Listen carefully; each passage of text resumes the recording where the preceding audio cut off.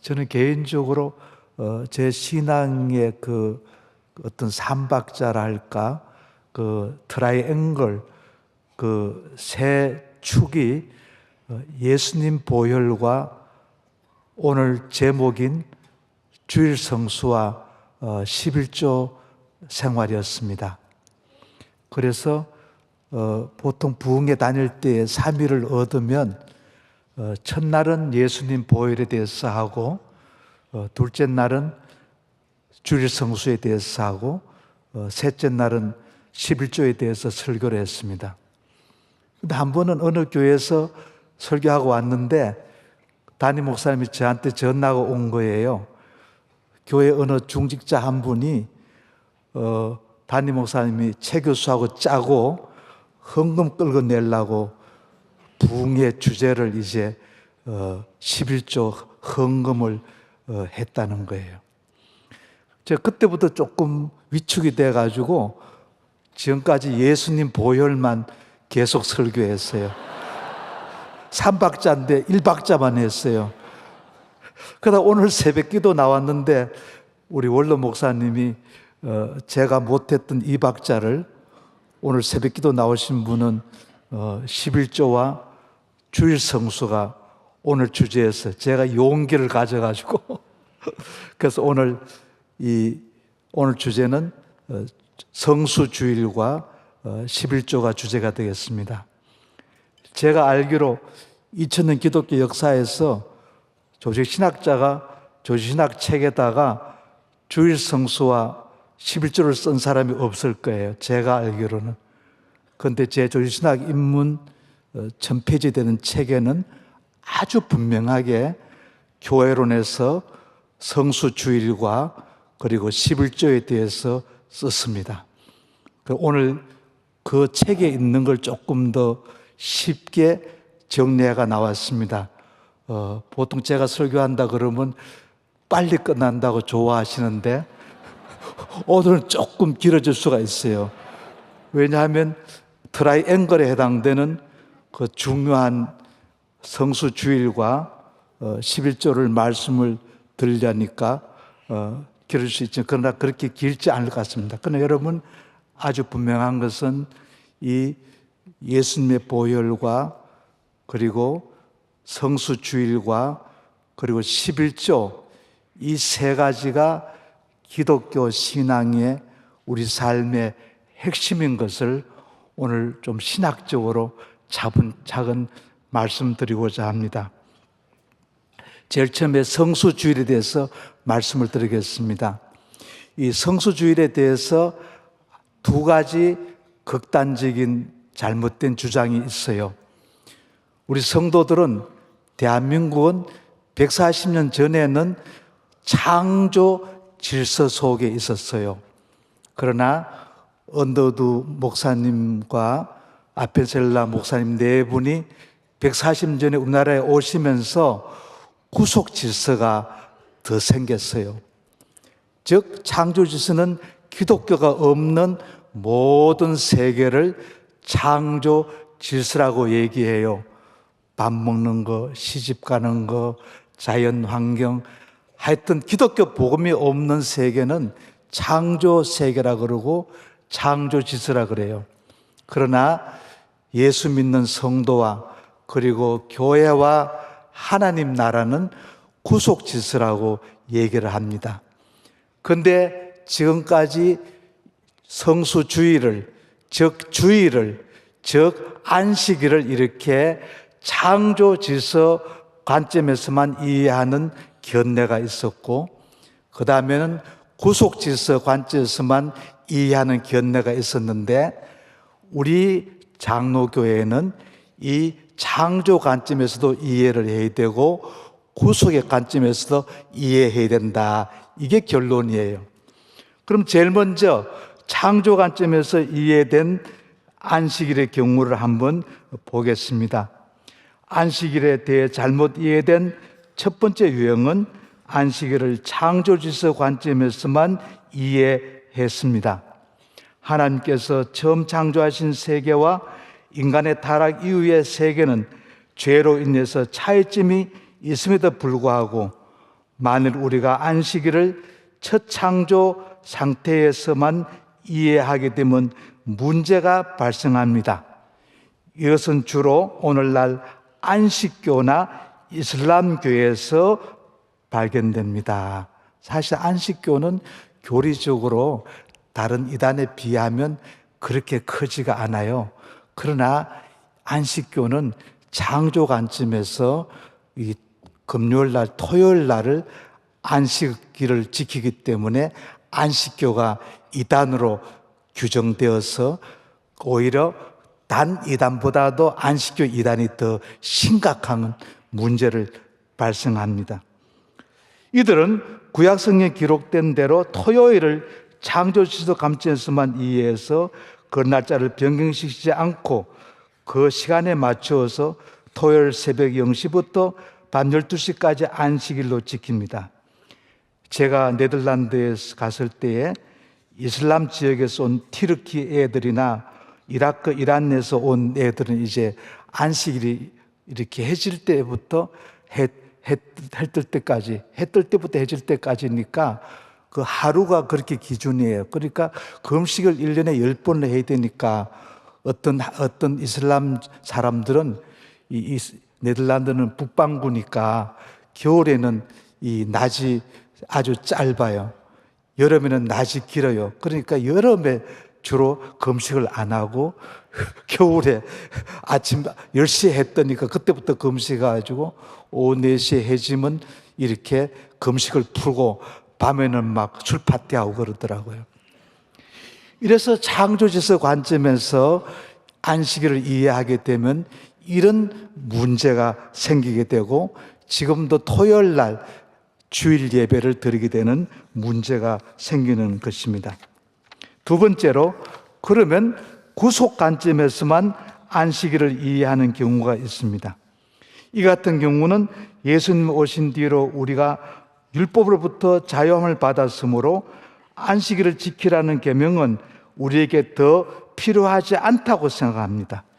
이들은 마음과 내적인 자유가 중요하기 때문에 개인과 사회의 형편과 필요에 따라서 7일 중에 하루를 선택해서 예배 드릴 수 있다고 합니다. 그러니까 우리 이번 주일은 수요일 날 주일이다, 다음 주일에는 화요일 날 주일이다, 이렇게 마음대로 그 주일을 변경하는 문제가 생기는 거예요. 그 천주교는 지금도 주일날 미사 외에 토요일 날 미사를 드려요. 토요 미사가 아니에요. 주일 미사를 땡겨서 해드리는 거예요. 제가 90년대 유학 마치고 한국에 오니까 제가 말은 안 해요. 우리 교단이 어떤 큰 교회인데 그때 5일 동안 이제 주말에 놀게 되니까 토요일 날 주일 예배를 땡겨 드리더라고요. 제가 비판을 하려다가 가만히 있으니까 6개월 하다가 반성을 하고 내렸어요. 즉 안식일을 구속의 관점에서 이해하게 되면 그냥 우리 마음대로 창조 지서는 안 중요하니까 이번 달에는 화요일 날 주일 성수합시다. 2월 달에는 목요일 날 합시다. 그래야지 중구난방으로 안식일이 흐트러지는 거예요. 결론입니다. 그러면 우리 기독교는 어떻게 해야 됩니까? 창조 관점에서도 이해해야 되고 구속 관점에서도 이해를 해야 됩니다. 그러면 신약 성경과 구약 성경이 말씀하고 있는 안식일을 우리는 어떻게 이해하는 게 성경적일까요? 원칙적으로 우리가 알아야 할 사항은 출애굽기 1장에 나오는 십계명은 에덴 동산에서도 현재에도 예수님 재림할 때도 새하늘과 새 땅에서도 천국에서도 영원 무궁히 유효한 하나님의 법입니다. 다시 말씀드리면 천국에서는 하나님에 대한 사랑과 이웃에 대한 사랑이 100% 실천되고 완전한 안식이 이루어지는 것입니다.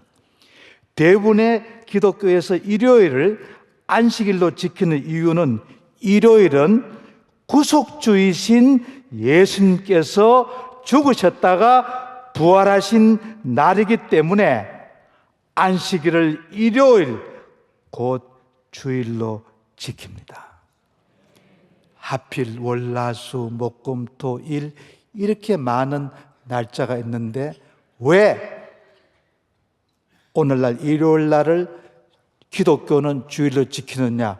구속주이신, 구속질서를 창조하신 구원주이신 예수님이 부활하신 날이기 때문에 구속 관점에서 일요일 날을 주일날로 정했다.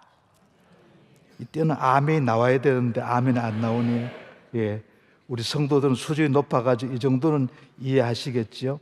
그런데 문제는 예수님 안에 있으면 참된 평화와 안식을 얻겠지만은 우리가 창조 질서 이 땅에 사는 동안에 여전히 육체적인 안식을 위해서 일주일에 하루 정도는 쉬도록 하나님이 우리를 창조하셨습니다.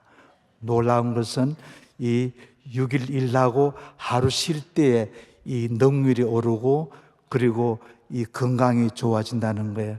하나님이 무대뽀로 그냥 6일 일하고 하루 쉬라는 것이 아니라 육체적인 쉼을 위해서도, 즉 창조질서 관점에서 너희들이 육신이 있는 한은 특정한 장소에, 특정한 공간에, 특정한 날, 즉 창조 공간에서 하루를 정해서 하나님께 예배드리라. 그런데 그 중에서 일요일 날을 주일 날로 딱 하니까 오늘날 일요일 날이 창조 관점에서도 맞고 구속 관점에서 맞는 탁월한 기독교의 안식일이라고 볼 수가 있겠습니다. 결론입니다. 그러므로 타락 이후 창조 관점에서 이 땅에서 안식은 장차 새하늘과 새하늘에서처럼 완전한 것은 아니지만은 우리의 육체의 쉼과 영적인 양식과 하나님에 대한 예배를 위해서 우리는 안식일을 필요로 합니다. 그러므로 오늘날 기독교가 안식일과 주일로 지키는 일요일은 그저 평범한 날이 아니라 절대적으로 대단히 중요한 주님의 날입니다. 우리는 안식일을 구속질서 차원에서만 또는 창조질서 차원에서만 이해하는 잘못을 피하고 구속질서 관점에서뿐만 아니라 창조질서 관점에서도 이해해야 합니다. 그러므로 우리는 우리의 생명이 다한 날까지 안식일의 주인이신 예수님의 재림 때까지 주일 예배드리고 생명을 구원하는 일을 할 수는 있지만은 우리 자신을 위한 노동을 피하고 교회를 중심한 신앙생활을 해야 합니다. 그래도 이는 주일로서 안식일을 통해서 창조주 하나님이 주시는 육체의 건강과 쉼을 얻을 뿐만 아니라 구속주 하나님을 통한 영적인 쉼을 얻을 수 있습니다. 결론입니다. 참으로 안식일로서 일요일, 주일은 주님께서 거룩하고 복되게 하신 날로서 성도와 교회에게 가장 귀한 날입니다. 아멘. 두 번째로 11조에 대해서 말씀드리겠습니다. 교회에서 일반적으로 헌금이란 주제의 설교나 특강에 대한 성도의 반응은 대단히 민감합니다. 더구나 오늘 주제는 헌금이 아니라 11조라는 오늘의 주제는 성도들의 예민한 신경을 건드릴 수가 있고 심지어 성도들을 위협할 수도 있습니다. 재직회를 할 때 보면, 공동의회 할 때 보면 누가 집사되고 누가 구역장하고 다 졸고 계세요. 그러다가 재정보고 그러면 눈을 닦고 일어나요. 그렇습니다. 누가 구역장하고 누가 반장하고 안 그래. 동창회 가봐도 술 마시고 놀다가 지난해 회계 보고합니다. 그러면 술 마신 사람도 눈이 말똥말똥.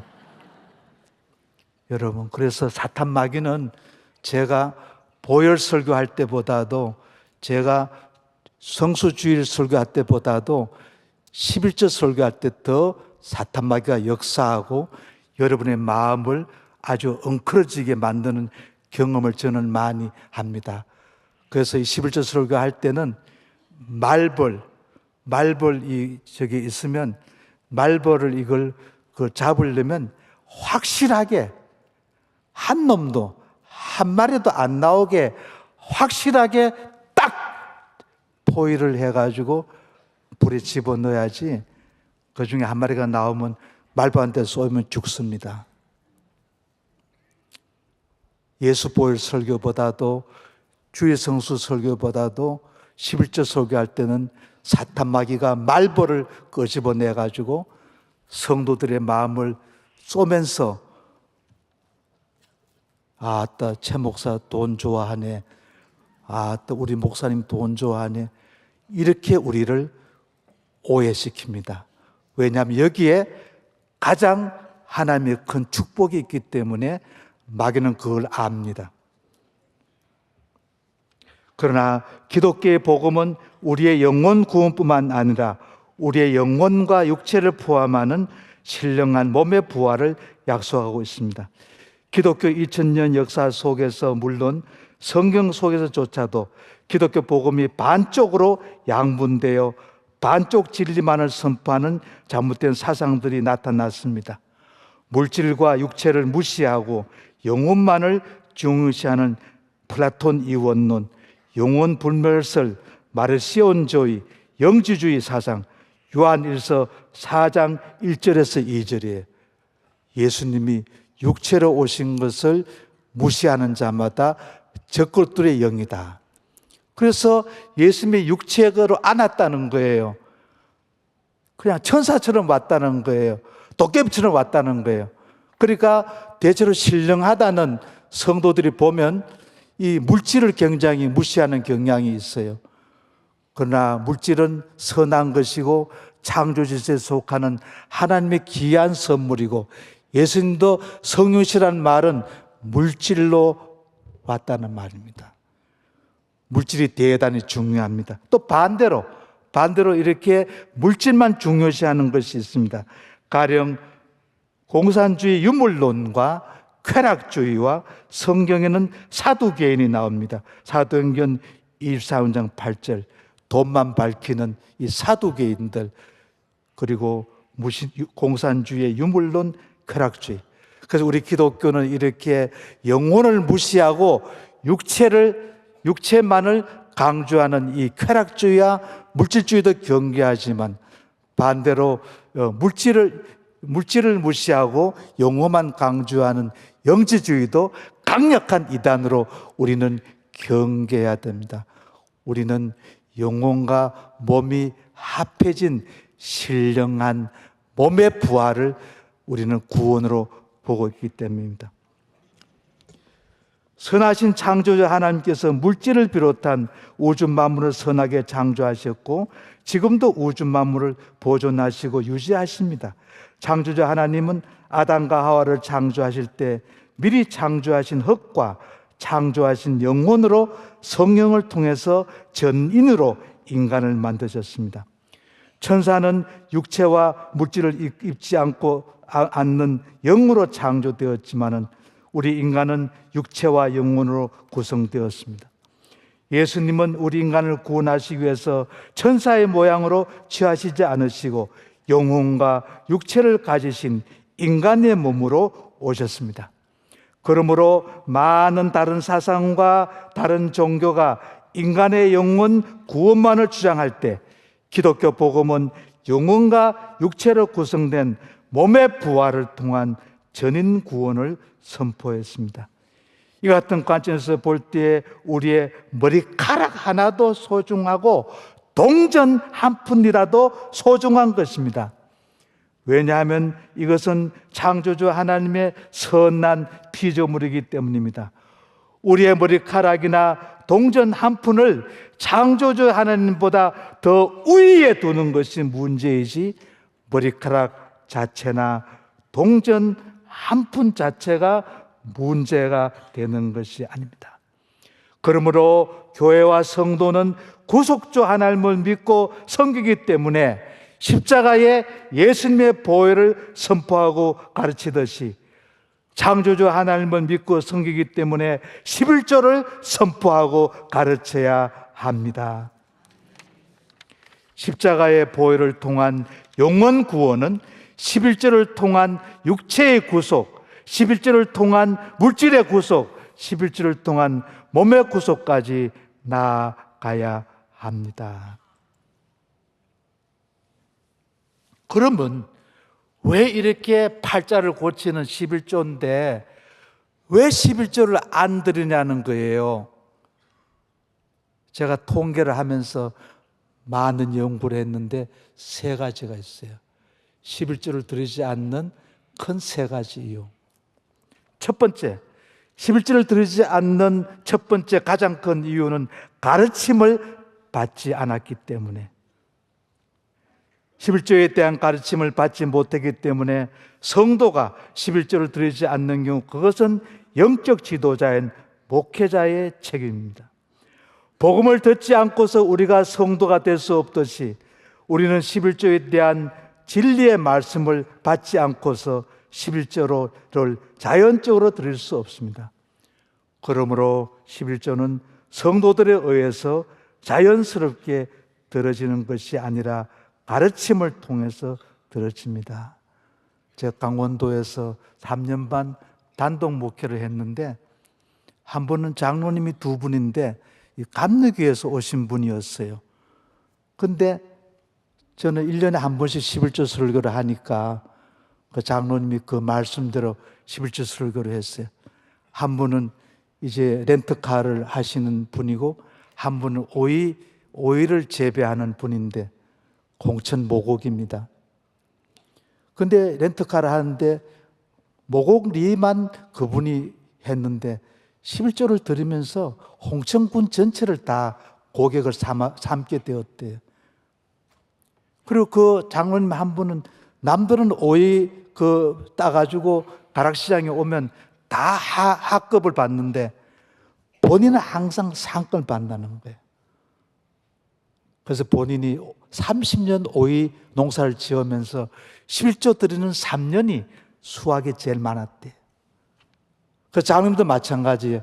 자기가 렌트카를 하면서 11조 드리는 3년이 가장 그 수입이 좋았다. 그러면 저한테 하는 말씀이 있어요.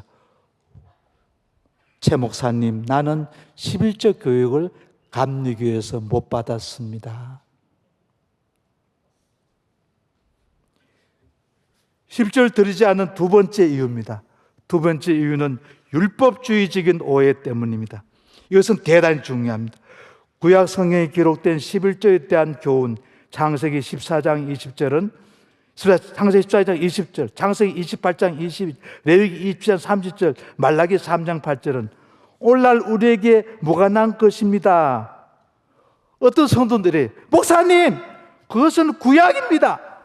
우리는 율법 아래 있지 않고 은혜 아래 있습니다라고 항변합니다. 그러나 여러분, 구약의 밥 먹는 의식법, 구약의 제사법, 구약의 그다음에 의식법은 신약에서 형식적으로 완전히 폐지되었지만은 내용은 더욱 강화되었습니다. 구약에서 가령 이제 돼지발을 먹지 말라 그러면 신약에서는 안 먹어도 돼요. 먹을 수 있어요. 그 대신 돼지발을 먹으면서 믿음으로 잘 먹어서 체하지 않게 욕심 부리지 말고 먹어야지. 그냥 욕심 부리고 먹다 보면 돼지고기 먹다 체하잖아요. 여러분 오해하시지 마시기 바랍니다. 구약의 제사법, 의식법, 이 모든 것은 형식은 폐지되었지만은 신약에서는 내용은 더욱더 강화되었습니다. 그 대신 구약의 도덕법, 구약의 십계명은 지금도 영원무궁히 유효한 것입니다. 그렇습니다. 구약의 의식법, 제사법과 음식법은 신약에 와서 형식은 폐지되었지만은 내용은 더욱더 강화되었고 구약의 십계명인 도덕법은 영원무궁합니다. 놀라운 사실은 이것은 같이 보겠습니다. 마태복음 23장 23절. 이걸 사람들이 오해를 많이 해요. 마태복음 23장 23절입니다. 화하실진저 저주받을지어다 외식하는 서기관들과 바리새인들이여, 너희가 박하와 해양과 건채의 11조는 들이되 율법에 더 중요한 바 정의와 긍휼과 믿음 버렸도다. 그러나 이것도 이것도 행하고 됐드 저것도 버리지 말아야 할지니라. 이걸 사람들이 뒷기절만 봐요. 건채의 11조도 드리고 그 다음에 정의와 긍휼과 믿음도 드려야 되는데 11조는 드리되 뒤에 걸 안 한 거예요. 그 예수님이 이것도 해야 되고 저것도 해야 되고, 헬라어 원문은 가장 강력한 부정어예요. 앞에 화하실진저 반드시 두 가지 다 해야 됩니다. 안 하면 화하실진저 11조도 드리고 그 다음에 경건과 의와 그리고 사랑도 해야 된다. 이 성경을 우리가 잘못 해석하는 거지. 그러면서 11조 드리는 게 별나냐? 믿음으로 드려야지, 정의로 와야지. 예수님은 11조 드리는 것도 영어로 머스트가 아니에요. 오트예요. 머스트보다 강한 옷. 헬라어에서는 가장 강한 부정어가 바로 박하와 회양과 건채의 11조도 반드시 들을지어다. 그 다음에 정의와 긍휼과 믿음도 반드시 들을지어다. 그렇지 아니하면 화 있을진저, 점잖은 말로 표현하면 저주받을지어다. 이게 빨간 글자로 되어 있는 예수님의 말씀입니다. 여러분, 성경을 선택적으로 읽지 마시기 바랍니다.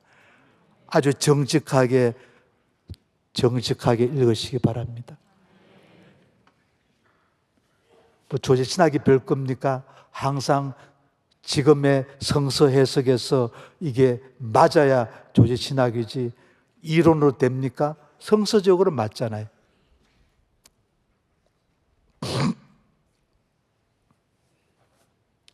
예수님 자신도 잘못된 11조와 잘못된 헌금에 대해 비판하셨지, 헌금과 11조 자체를 폐지하시는커녕 도리어 그것의 본래의 목적을 갖고 실천하도록 엄격하게 명령하셨습니다.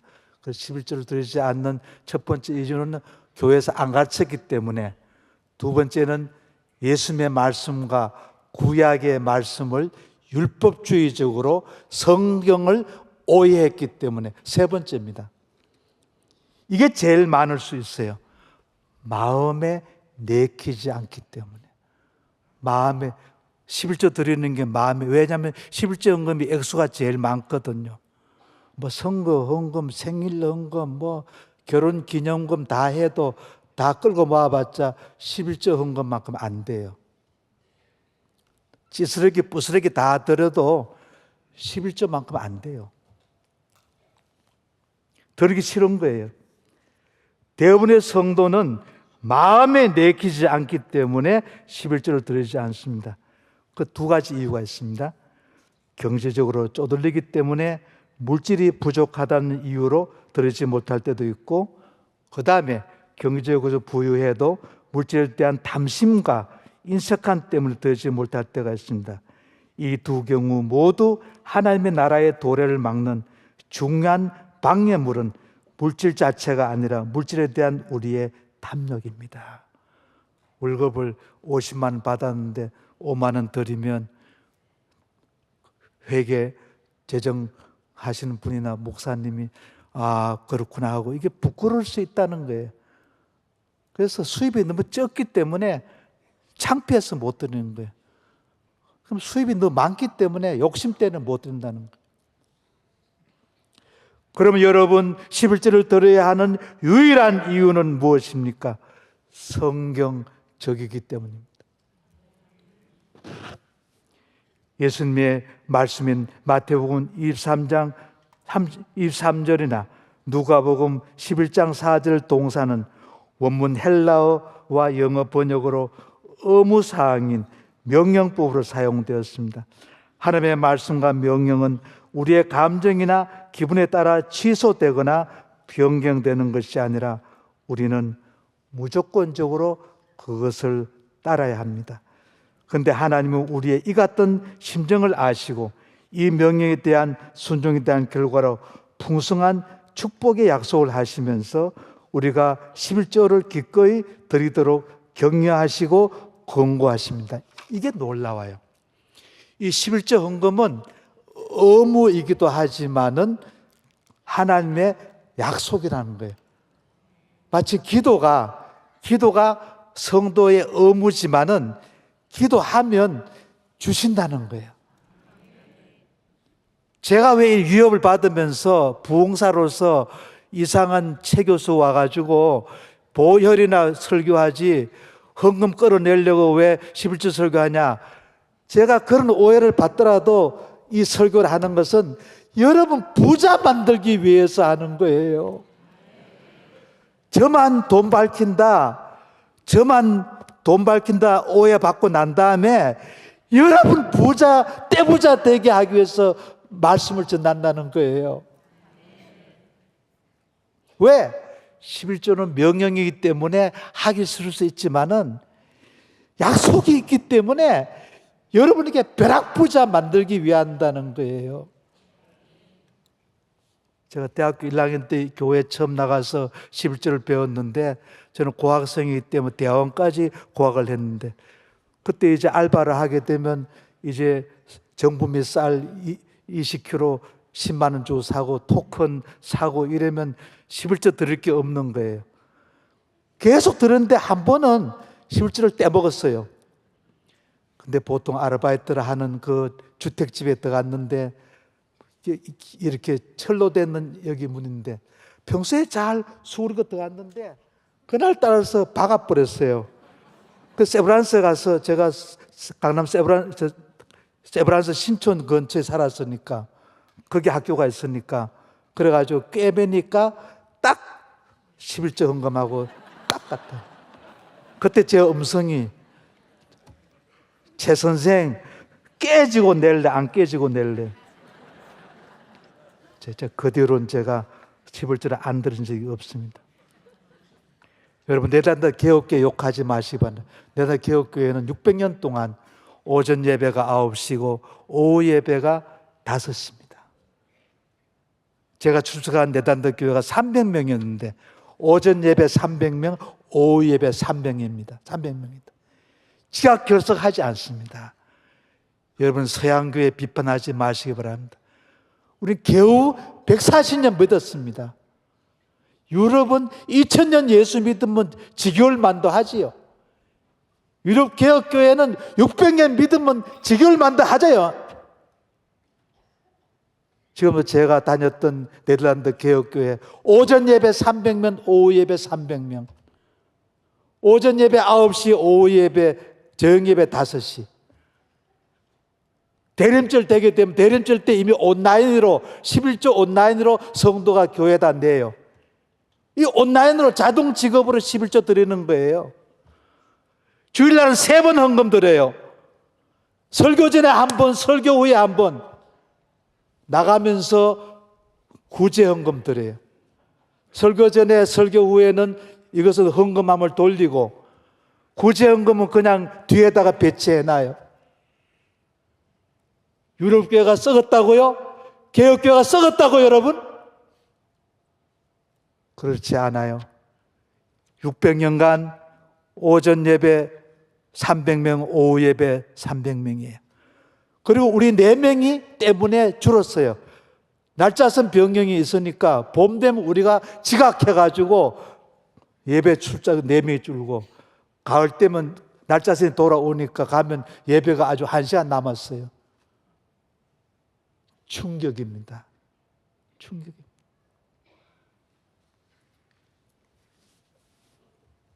그러니까 우리 같으면 야단 날 거예요. 담임 목사님 만약에 설교 전에 헌금 한번 돌리고, 설교 후에 돌리고 나가면서 사방에 저기 헌금함 있습니다 그러고, 12월 대림절이 교회의 시작이니까 대림절 되자마자 온라인으로 11조 헌금 온라인 보내세요.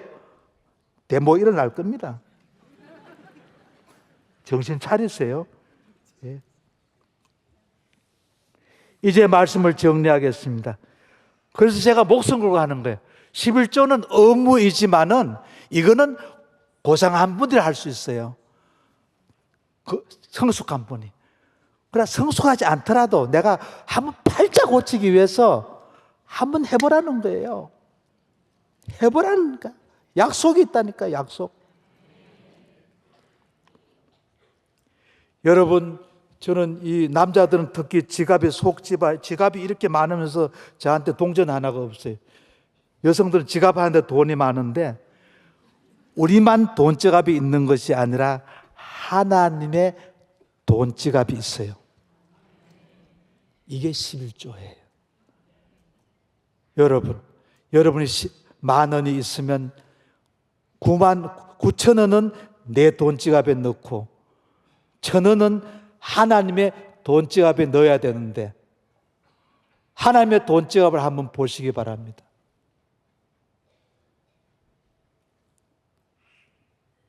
하나님은 자신이 우리의 창조주이시며 우리의 주인이시며, 하나님은 물질의 주인이심을 주장하시고 우리의 믿음을 통해서 그렇게 고백되고 인정받으시기를 원하십니다. 그러므로 모든 것이 주님의 소유라는 고백으로서 주님께서 11조라는 물질의 원리를 제정하신 것입니다. 잘 들어보세요. 하나님은 모든 것을 소유하시지만 그의 백성들이 그분의 돈주머니에 바치기 전까지는 아무것도 소유하지 않으십니다.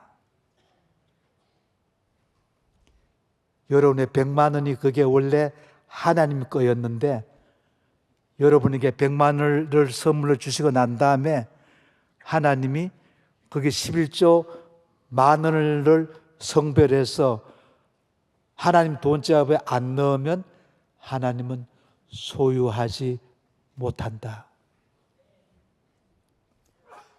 사업하신 분들, 직업 다니시는 분들 생각해 보시기 바랍니다. 여러분께서 하나님부터 많은 소유를 받았는데 그 소유 중에 10분의 1을 하나님의 돈 주머니에 들이지 않을 때 하나님은 빈털털이라는 거예요. 다시 말씀드립니다.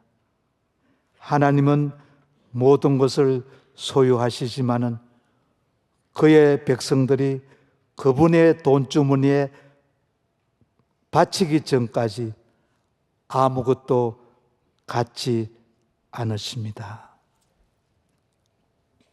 이제 우리의 돈지갑을 보겠습니다. 우리의 돈지갑. 개인, 교회, 가정, 사회, 국가를 위한 물질적인 유익과 영적인 유익이 있습니다. 11조를 통해 개인, 교회, 가정, 사회, 국가가 경제적으로, 물질적으로 풍성해집니다. 우리는 11조를 통해 물질의 노예로부터 벗어나서 물질을 지배하고 향유함으로써 영적으로 더욱 성숙하고 자유롭게 됩니다. 유럽의 기독교 사회주의는 뭐냐면 11조에서 나왔습니다. 세금이.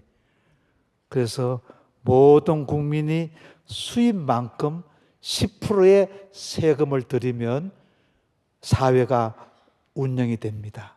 이게 하나님의 11조 법칙입니다. 저를 대통령 시켜주시면 제가 11조 정책을 쓰겠습니다. 그 세금 면제하면 안 됩니다.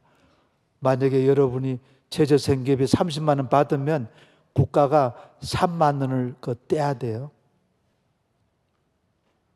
예.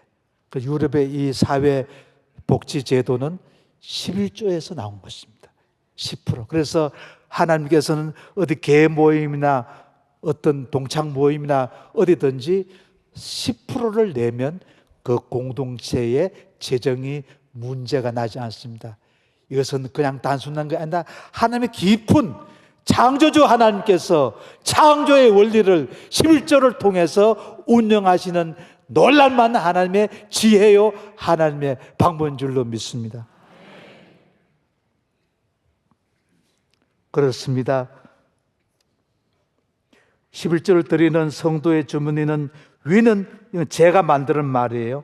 성도가 드리는 11조를 드리는 성도의 돈주머니는 위는 하늘을 향해 한없이 벌어져 있지만은 아래는 닫혀 있는 반면 11조를 드리지 않는 성도의 주머니는 위는 닫혀 있고 아래는 한없이 벌어져 있다. 이걸 제가 비유를 해보요. 이 백합꽃인데 11조를 드리는 성도는 백합꽃이 피어가지고 수입이 무한대예요. 그런데 지출이 제로야. 여러분 경제 구조가 수입이 무한대고 지출이 제로면 팔자고치지. 하나님의 돈주머니에 돈을 넣으면 이렇게 된다는 거예요.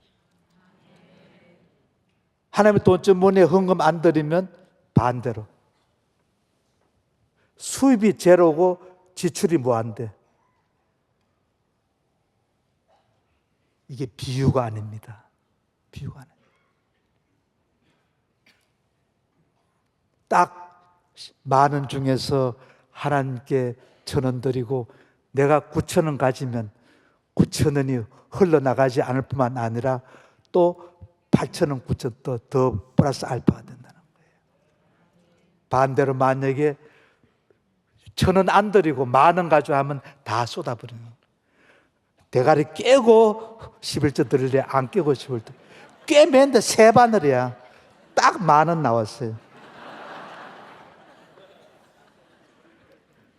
대가리 깨고 바늘질 하고 낼래? 아니면 그냥 낼래?